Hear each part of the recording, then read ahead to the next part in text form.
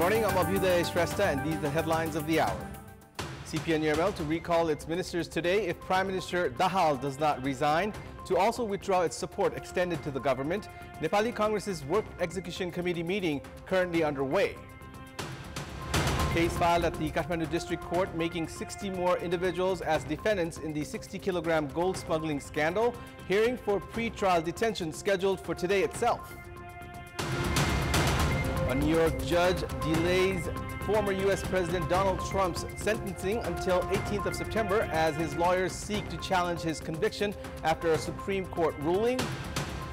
And Netherlands storm into the Euro 2024 quarterfinals, thumping Romania 3-0. Turkey also book a spot in the last 8, edging past Austria 2-1. Netherlands to clash against Turkey in the quarterfinal. CPN UML has decided to withdraw its support to the incumbent government led by Prime Minister and CPN Maoist Center Chairperson Pushpakamal Dahal if he does not pave way by resigning from his post. The party's secretariat meeting held at the party office in Chiasol, Lalitpur yesterday took the decision as ministers from the party are yet to submit their resignation today. Leaders have said that the Premier has been given a deadline to resign from his post until this evening. There are 8 ministers from CPN UML in the current government led by Dahal. CPN UML Chair KP Sharma Oli has called on other political parties to join the government of national consensus that will be led by him. The party has also said that discussions will be held with political parties for the formation of a new government. The meeting of the Central Work Execution Committee of Nepali Congress is currently underway to approve the agreement reached with CPN UML regarding the new political equation. The meeting is underway at Party President Sherbahadur Deuba's residence in Buraninkanta. The meeting will endorse the agreement reached between the two parties last Monday. Likewise, sources have said that discussions on the formation of a new government and constitution amendment is also being held. Prior to this, Deuba had informed the meeting of the party's office bearers about the understanding reached with CPN UML regarding the new political equation. Nepali Congress has said that discussions will also be held with other political parties regarding various issues, including the amendment of the Constitution of Nepal. CPN Maoist Center yesterday decided that Prime Minister Pushpakamal Dahal would not resign from his post despite the understanding reached between Nepali Congress and CPN UML for a new ruling equation. The meeting of the office bearers of CPN Maoist Center held yesterday decided that the Prime Minister would not resign from his post. Party spokesperson Agni Prasad Sapkota said that a decision was taken to make efforts to form a new political equation and for the Prime Minister to take the confidence vote at the Parliament. Spokesperson Sapkota said that the consensus between CPN UML and Nepali Congress was a political ploy and said that it had raised doubts. Sapkota added that the party has decided to make an effort again to form an alliance with Nepali Congress and Rastriya Party, among other parties. In the meantime, CPN UML Chairperson Oli, who had reached Balwatar early yesterday morning, suggested Premier Dahal to resign from the top executive post and pave way. After that, Prime Minister Dahal had reached Sital Niwas yesterday and held dialogue with President Ramchandra Paudel. The President's Secretariat said that Prime Minister Dahal informed President Paudel about the recent political developments during the meeting.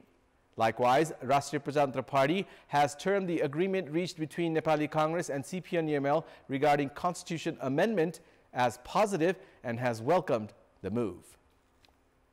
The Central Committee meeting of Rastriya Swatantra Party is currently ongoing at the central office in the capital's Banastali.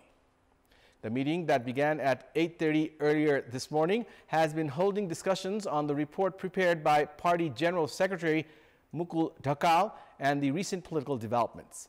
Dhakal had submitted the report prepared by reaching 38 districts to Party Chair Ravi Lamichhane last week. The 32-page report presented by Dhakal has revealed that the party's image had been dwindling and that Rastriya Swatantra Party could fail to become a national party if the party's situation continues to deteriorate. The party had demanded clarification from Dhakal, citing he had publicly given remarks regarding the report. In the meantime, General Secretary Dhakal has expressed dissatisfaction towards the party's decision not to broadcast their meeting. Dhakal said that he had attended the party's meeting by sticking a black tape on his mouth to symbolically oppose the party's decision. It's now time for our segment Public Pulse, where you text us with your opinion. Public Pulse.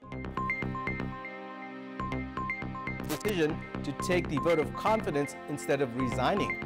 Your options are A, it's his constitutional right, B, effort to save his government, and C, unyielding.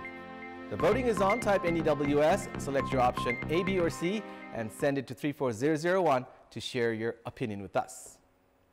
In our Public Voice segment, we had asked people in several provinces what they think of the new ruling equation. Let's take a look at what they had to say.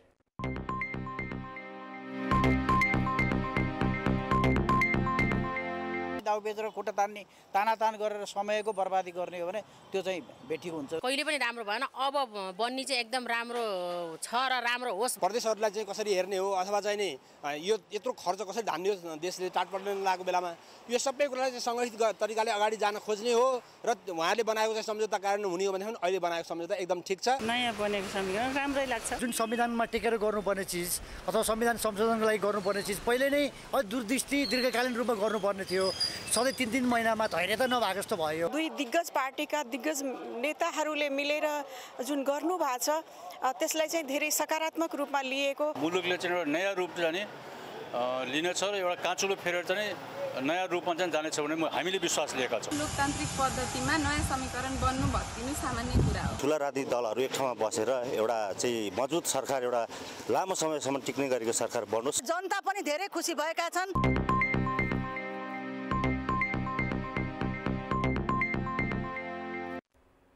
The issue of the amendment of the Constitution had been raised since the Constitution was promulgated. It has already been amended on 2 occasions.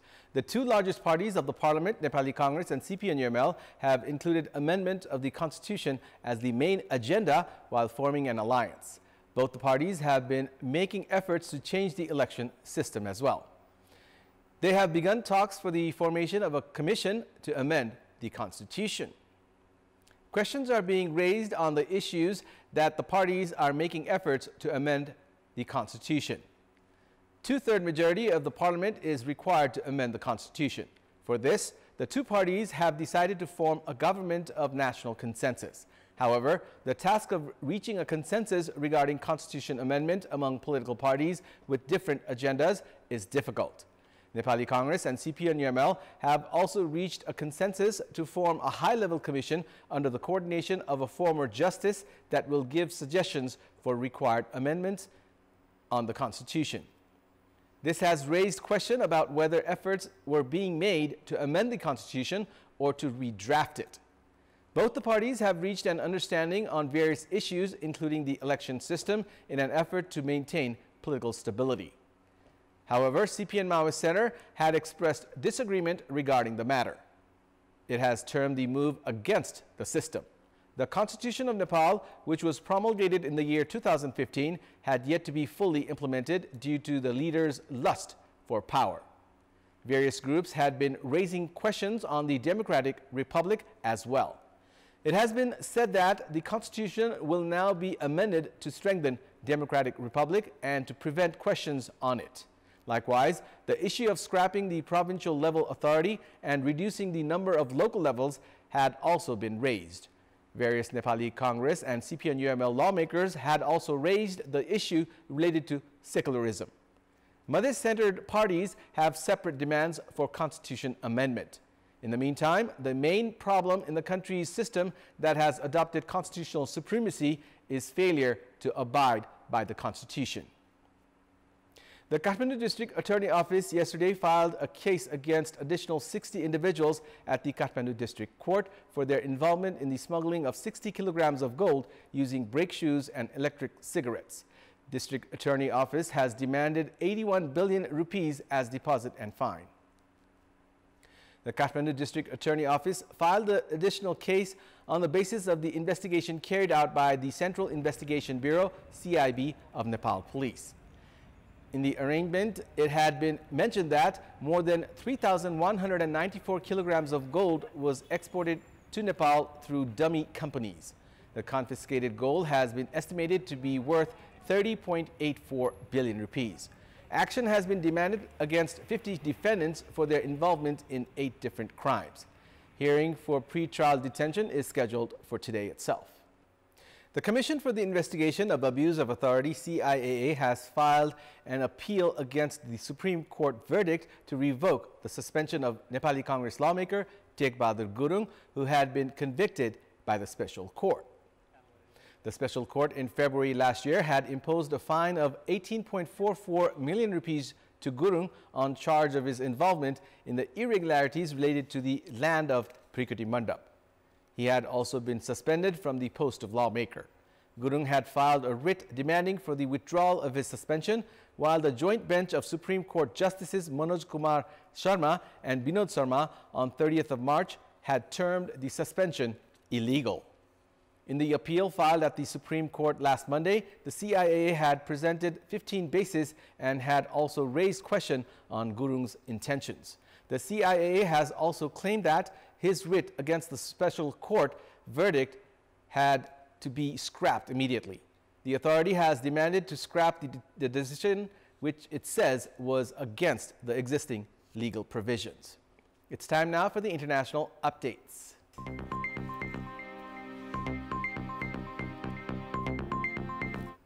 A New York justice has delayed former U.S. President Donald Trump's sentencing until September as his lawyers seek to challenge his conviction after a Supreme Court ruling. Trump was scheduled to be sentenced on 11th of July. Justice Juan Merchan said the former president will now be sentenced on 18th of September if such is still necessary.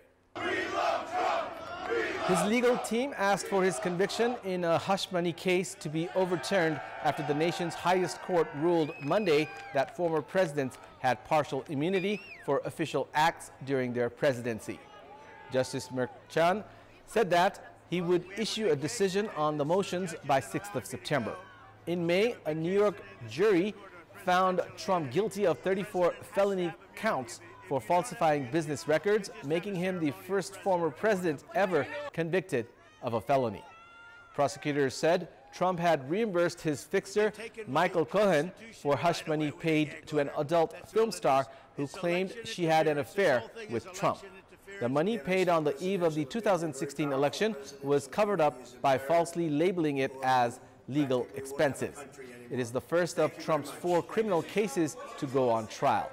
Last Monday, the Supreme Court released a bombshell ruling that found Trump and other former presidents had immunity for prosecution for official acts. The challenge arose from a federal criminal case against Trump, accusing him of trying to overturn results of the 2020 election, but it could have ripple effects in his other legal battles. The United Nations said the war in Gaza has created a maelstrom of human misery. Speaking before the UN Security Council, Sigrid Kaag, UN Senior Humanitarian and Reconstruction Coordinator for Gaza, described the collapse of the public health system and the disruption of the education system. She said that outbreaks of infections and communicable disease loom large, adding that 1.9 million people were displaced across Gaza, and the volume of aid entering into Gaza or being distributed across Gaza had dropped significantly. The war in Gaza began when Hamas burst into southern Israel on 7th of October last year, killed 1,139 people, and took around 250 hostages, including civilians and soldiers, back to Gaza, according to Israeli tallies. The offensive launched by Israel in retaliation has killed nearly 38,000 people, according to the Gaza Health Ministry, and has left the heavily built-up coastal enclave in ruins. At least 3 people have died and 4 others are missing on Venezuela's Caribbean coast after Hurricane Beryl moved north across the Caribbean Sea yesterday. Local media reported Beryl left intense rains in the northern state of Sucre, where it caused a river to overflow, triggering floods. President Nicolas Maduro confirmed 400 houses were completely lost. President Maduro also informed Vice President Delcy Rodriguez was injured after a tree fell over her and other top officials visiting the flood-hit area yesterday. The authorities were moved to an emergency center to receive medical care. The meteorology agency, INAME, informed that Category 4 Beryl was barreling north with a wind speed of 240 kilometers per hour. Beryl is the first hurricane of the 2024 Atlantic season and the earliest storm on record to reach the maximum category of 5 on the Saffir-Simpson scale. That's all for the moment. Thank you for watching. Have a good day.